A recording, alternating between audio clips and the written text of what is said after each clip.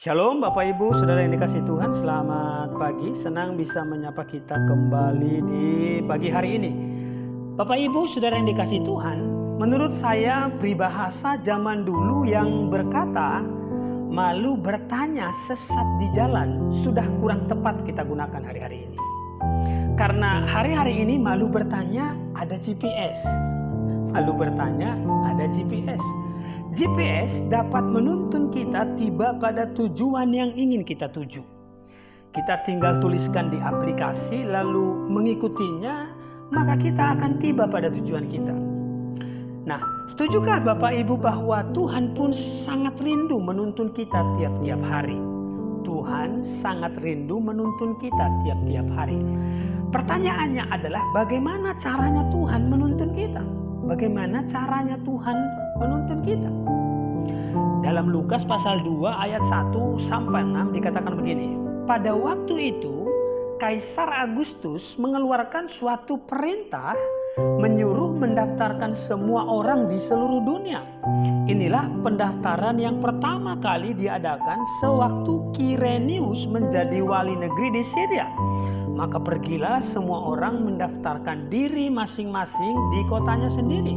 Demikian juga Yusuf pergi dari kota Nazaret di Galilea ke Yudea, ke kota Daud yang bernama Betlehem, karena ia berasal dari keluarga dan keturunan Daud, supaya didaftarkan bersama-sama dengan Maria tunangannya yang sedang mengandung. Ketika mereka di situ, tibalah waktunya bagi Maria untuk bersalin. Nah, apa yang kita pelajari dari ayat ini Bapak Ibu Saudara kasih Tuhan? Apa yang kita bisa pelajari dari bagian ini? Tuhan itu seringkali menuntun kita lewat keadaan-keadaan hidup yang terjadi. Tuhan ternyata menuntun kita lewat keadaan-keadaan hidup. Di ayat ini Tuhan mengkondisikan tiba-tiba Kaisar Agustus memberikan perintah untuk mengadakan sensus. Ini perintah yang pertama waktu Kirenius menjadi wali di Syria. Semua orang harus kembali ke kampung halamannya, tidak terkecuali Maria dan Yusuf. Pertanyaan saya, kalau sensus ini tidak terjadi, kira-kira Yesus lahir di Betlehem atau tidak? Tentu jawabannya tidak. Saya membayangkan Bapak Ibu Saudara kasih Tuhan, saat itu Maria sedang hamil. Dalam hati mereka mungkin protes. Mungkin, ini bayangan saya, mungkin protes. Karena kenapa kok tiba-tiba ada sensus?